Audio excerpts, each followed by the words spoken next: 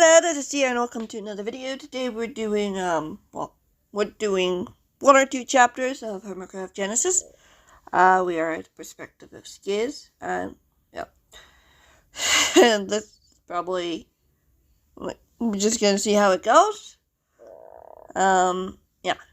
There will be spoilers, and there are also captions available on the video. I'm a bit jumbled at the moment, but it's fine. We're going to start with chapter 13 and see how the rest goes. And, yeah. Skizz poked his head into the bedroom, finding Clara at Julius's bedside, holding a damp towel gently on the young man's forehead. It took the hermit a moment to realize that Julius's eyes were open, as gray as his father's, staring blankly at the ceiling. "Clara, are you busy?" Impulse whispered from behind his best friend, as Skizz stepped into the room cautiously. Clara looked up, before shaking her head. "Feel free," she said softly, rubbing the towel back and forth over Julius's forehead. "Thanks, Mom," Julius mumbled, his voice barely audible and hoarse. His face was still ghostly pale, but at least he was awake. "Any time, sweetie," Clara whispered, her bright blue eyes brimming with tears. "How is he?" Impulse asked, crossing the room to stand beside the seated woman. "Poison's left his system, but he's still at least a day or two from a full recovery." A hopeful expression filled the woman's eyes. "Impulse?" Julius's eyes moved from the ceiling, looking over to the hermit. Impulse knelt, coming to the young man's level. "I'm here. We're all here." "I'm sorry," Julius croaked, his eyes unwavering. "I couldn't. It's okay." Impulse reached for the young man, grasping onto his hand. He looked over at Clara. "Dwindling fever?" "Gradually." Clara nodded sullenly. "He just woke up after I gave him another dose." "I have to tell you something," Julius insisted, attempting to sit up before he groaned, falling back down. "Save it until you get better," Impulse insisted. "It can wait." "No, can't." Julius shook his head. "She's working on something big. Something that would change everything." "What can be bigger than bringing back the dead?" Impulse frowned. "What?" Julius started before his eyes met Skizz's gaze. A shiver ran down the hermit's spine, but he fought it back. "Skizz?" "Yeah," Impulse nodded. "Pretty big, right?" "How?" Julius continued to stare, his gray eyes widening. "That's what we need to figure out," Impulse said. "Is there anything you can tell us?" "I couldn't find much before they caught me." Julius closed his eyes. "She has a huge storage compartment full of lapis lazuli." "A storage compartment filled with stone?" Skizz marveled, shaking his head. "Why would she need so much of that? Enchantments?" "Maybe," Impulse pondered, looking over at his best friend. "I don't know, but she mentioned a project she was working on. That it was the start of something bigger, something that would make her unstoppable." Julius shook his head, tears filling his eyes. "She said that if the virus didn't kill me, she would use me for an experiment. An experiment to make my father proud." Skizz shuddered. "Syringe." Impulse nodded. "Dr. Rhinestone injected some of Jiro's blood into Kate. Do you know anything about that?" "She did." "What?" Julia's eyes snapped open. "Is she okay?" "Kate's fine. She's actually upstairs now, combat training." Impulse smiled reassuringly. "The only thing we've noticed so far is the healing factor."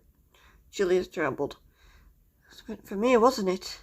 She wanted me to become my hero. Or was my hero." Impulse squeezed Julius's hand. "Gerald is dead because of you. He isn't coming back." "Do you know that for sure?" Julius stared at Impulse, alarm on his face. "We don't know what will happen over time. We can't let her get her hands on Kate." "She won't." Skizz snapped his fingers defiantly. Dr. Rhinestone won't be getting anyone without a fight. A big fight. They were prisoners. Julius shuddered, lowering his gaze. People's families. Lives. People who she tortured in front of me, saying that it was my father's destiny for me. His dream of a world of power and control, where our enemies would fear us. Julius shook his head, tears trailing down his face. Impulse reached over, pulling the boy into a hug. We won't let them win. We won't let her find Mr. A or RJ or hurt anyone else. We won't let her get away with this. I promise. A lump formed in Skizz's throat as the young man melted into Impulse's embrace, silently sobbing into his shoulder, trembling. All of this in one day? Clara whispered softly, wiping tears from her eyes.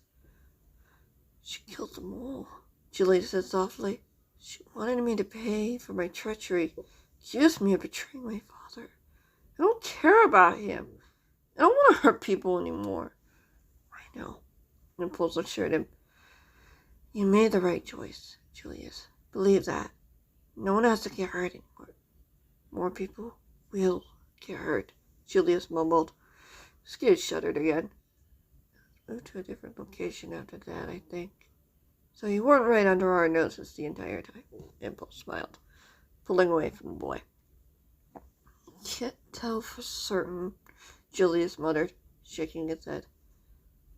What if that was her plan? Skizz furrowed his brow. What if Dr. Rhinestone wanted to lure Impulse and the other hermits down there to rescue you so that she could capture them? Possible, Julius nodded solemnly. Clara sighed. But that didn't happen, Impulse insisted, looking over at the woman. We called for backup, we called for help, and we were able to thwart her. She didn't expect us to split up. Don't be so sure about next time, Clara warned. She still sent a lot of guys after Green beat-ups and the girls to stop them escaping. It almost worked. Impulse lowered his head. But it didn't, Skizz pointed out. No, Impulse agreed. And it won't work again. Clara rose to her feet. I understand your determination, Impulse, and you can trust the cause will do everything possible to make sure of that. But we have to be prepared. We're not facing one enemy, but two. Two that would love to see your destruction. I trust you. Impulse turned to the woman, rising to his feet. As well, we have to work together. It's a good thing Top is coming over, isn't he? Isn't it? Skizz grinned. Impulse turned to face him, smiling. I guess so.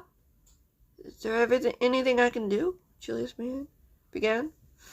Rest. Clara put a hand on his shoulder. I'm not just saying that because I'm your mother. You'll be able to help more at your full strength. Time, Julius argued. I don't need half of these dialogue tags I'm realizing, but at this point it's too late. So much! Missed one. There is time. Clara narrowed her eyes. Dr. Rhinestone hasn't made her move yet, and it probably will be a while before she does. In the meantime, we can prepare. She'll wait until there's a weak spot or vulnerability. Then she'll make a move. Julius nodded. You're right. I'll see you soon, I promise. Clara brushed a strand of hair from the young man's eyes before kissing him gently on the forehead. Clara, do you have a minute? A voice asked from behind. Skizz turned, seeing Liam standing in the doorway. The boy's brows were furrowed with worry, as if holding down a weight he couldn't bear. Sergeant. Clara frowned, looking over at the boy. Now? Liam nodded. It's okay. Clara opened her mouth to reply, before there was a knock on the door. Skizz glanced over at Impulse, seeing his best friend nod. Dango's here. Impulse strolled toward the door, grabbing Skizz's arm. Yeah, we'll leave you guys to deal with whatever is going on. Skizz nodded, looking over his shoulder at Liam. The expression of uncertainty and dread were now etched on his face. He was tempted to pull away from his best friend, tempted to ask Liam what was happening. Something was definitely worrying the boy. That could only mean one thing. Skizz forced himself to turn away as he disappeared out of the doorway to the hallway. Well, sure enough, Tango and Tyler stood by the front door. Top's eyes glittered with anticipation. Skizz forced a smile, trying not to think about what was happening behind him. Tango Top. Yeah. Chapter 14. Dusk glowed from behind the curtained windows as Skizz turned his head toward the kitchen. Tango and Impulse had worked two tireless hours examining the cameras and trying to block the Guardian Deck's capabilities. Tango had left about 10 minutes prior with Tyler to get back to Doc's fortress base before nightfall. Skizz shook his head. You've been quieter than usual, Impulse noted, not accusatory, as he tossed the remaining pieces of redstone in his redstone shulker box. The red shulker box seemed to look more like blood in the light rather than Liam's rose color. No, I haven't. Skizz leaned against the back wall. I was just watching you two geek out about your incredible geniuses. What is that? That was weird misspelling there. I guess maybe like you tried to edit something and yeah, that's probably it.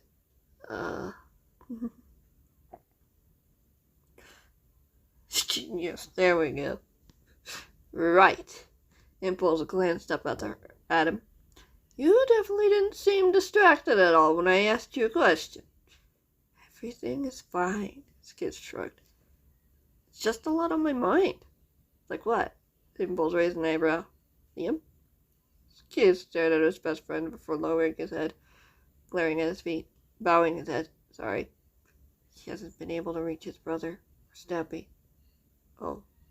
Impulse nodded. And can't get his face out of my mind. Skizz snapped his fingers. Something's bothering him. Of course something's bothering him. He hasn't been able to reach his aunt or brother. They're the only family he has left. Yeah, but I feel like I should do something now. Then why didn't you say so? Impulse asked, putting away the redstone box. I don't know, Skizz sighed. Guess I feel guilty. Guilty? I feel like I let my family down. That it's too late. That I'm helpless to do anything about it. It's not true. Maybe, but it feels like I've been here before. Done this before. Watched as my family fell apart before my very eyes. Are you sure that's not the other guy talking? Impulse tilted his head thoughtfully. Skizz straightened. Maybe it's both of us. Impulse furrowed his brow. Are you sure you're okay? I'm fine. Skizz nodded, pushing himself from the wall. Liam hasn't left the kitchen since he had a private talk with Clara. I want to make sure he's okay. So I wasn't imagining you stealing and clans over there when you thought I wasn't looking. Impulse mused. His best friend began walking to the hallway, gesturing for Skizz to follow. Come on, let's see how he's doing. Skizz followed, swallowing back a wave of unease. Clara and Liam were already taking care of what was... what was going on. Shouldn't he trust them? What right did he have getting into other people's business? He didn't even know Stampy or Liam's brother all that well. If Liam needed help, he asked for it. That's what Skizz told him to do, and that is what he did. Impulse arrived at the kitchen door, pushing it open, stepping inside. Liam? The boy was standing at a counter, vials and beakers scattered along the surface. Two of the beakers had deep red liquid. One of the beakers was sitting on a small gadget, which glowed a reddish-brown hue inside. The timer was set on the top middle of the device, counting down 0. Liam looked up to see the hermits enter the room. Everything okay? Yep, all good, Impulse replied. We got started on the gadget today. Tango wants to work on it before we meet again tomorrow. Cool. Liam checked the device again. I'm almost done on Kate's sample. Yours came back normal, Skizz. Just normal? No sign of who my host was? Seems either buried or destroyed. Liam pondered. He never existed. That can't be right. Skizz tensed, a bubble of heat stirring within him, like a geyser ready to burst. I've been down there for weeks, Liam. Weeks! As a prisoner. He was a prisoner. Taken from his home, his family. No, Liam gestured to the beaker beside the machine. I'm not saying he didn't exist. I'm just saying I'm not seeing him here. But he is here. Skizz swallowed, shivering as he wrapped his arms around himself, feeling goosebumps scattered along them. Now wait. What do you remember? Impulse frowned, turning to his friend. Skizz shook his head. It doesn't matter. We aren't here for me. It does matter, Impulse insisted, taking a step toward his best friend. You haunted Julian since your death until he found Clara. You wouldn't let him forget about her. You wanted him to rescue her. You knew it mattered, even if you don't remember it. Skizz looked away from his friend. So the guy is haunting me now? Not necessarily, Liam replied. He has to be fully human, which would explain why I only see your DNA. You canceled his out. What did I dream about him? Say things he would say. Feel what he feels, Skizz demanded. Liam smiled and shrugged. That's something I can't tell you. You can. Skizz glanced over his shoulder toward the hallway. It was empty, but he could hear the faintest sound of voices. The others were wrapping up their training session, perhaps even getting ready for bed. Did any of them have any idea that some of their friends could be in trouble? Maybe I can, Impulse offered, raising a hand. I know sometimes memories can be triggered in the dream world. It's happened to me. Maybe if there's something left of that guy in the sky, we can unlock some of those memories and understand what happened. Show me how, you mean? Whatever you need, buddy. Impulse nodded. Okay, Skizz sighed, letting his arms fall to his sides again. Is that enough about me for your pleasure? Impulse smirked. Liam raised an eyebrow when the hermit turned to the boy. When will Kate's sample be done? It should be done before the hour, Liam said simply. All right, then can you at least tell us what's going on? Impulse crossed the room, standing beside the boy. Skizz tells me you haven't been able to reach your aunt or your brother. Nothing? Liam shook his head. I haven't heard from anyone since the mission. Eddie? Impulse challenged. Santiago assured me she and the others were safe. Liam stared down at his feet. I heard her in the background. It was Jimmy and Martin. So you did get something. Not from my aunt or anyone in Lovely World. Liam sighed. Not even the helpers. Impulse. So the helpers couldn't talk, Skizz pointed out. They're mute, Liam confirmed.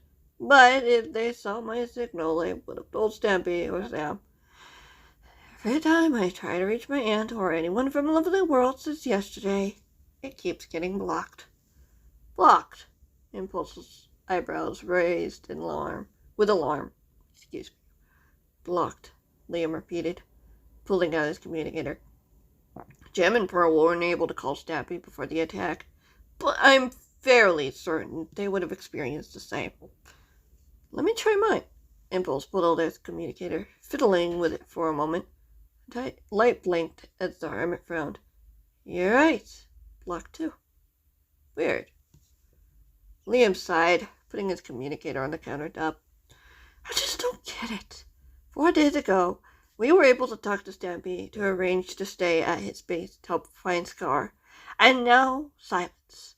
At the most crucial time when they could be in danger.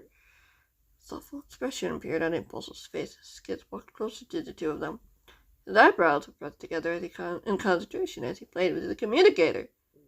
Did you find anything? This is advanced redstone work. Bull shook his head in amazement.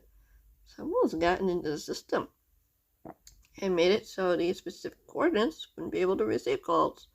Only send them out. How? Skizz strained. What was his friend suggesting? I don't know, but someone's been here. They altered the settings of these communicators. I can't even access them to do a virtual upgrade. Impulse marveled, looking both impressed but uneasy.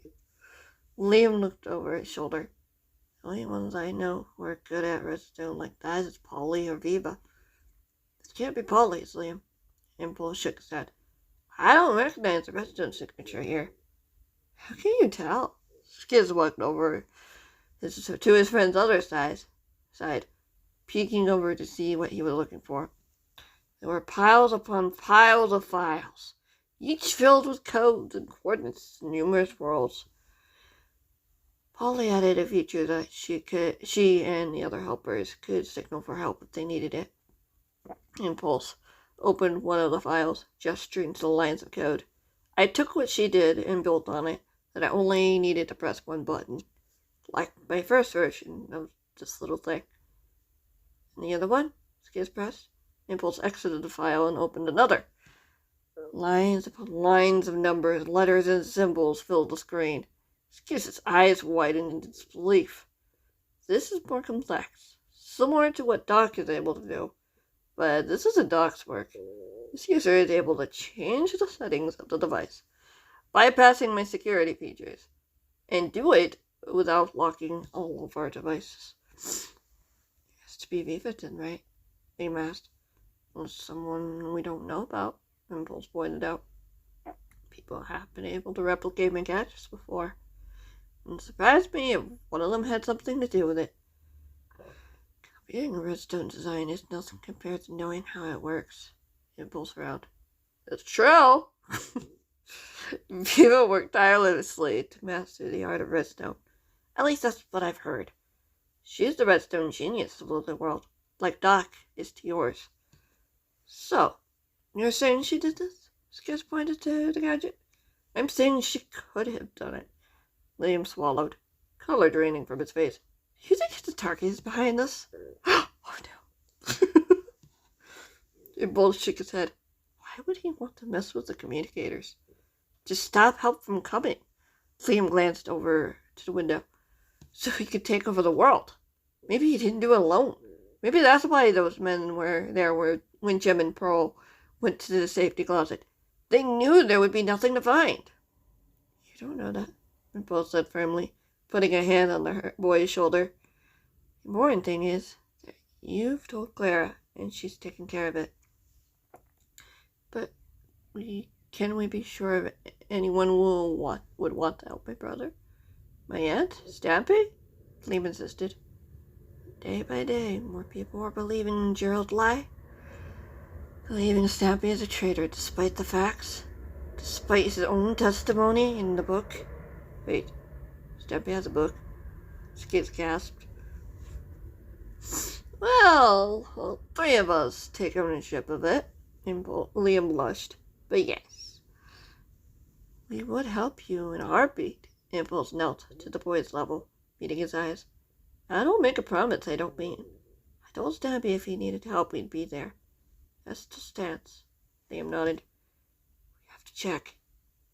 I go where you go, Korean's voice said from behind them.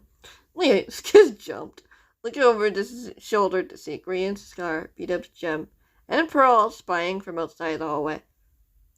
No, I can't let you do that, Liam shook his head, snapping out of his daze. We don't know what we might find there.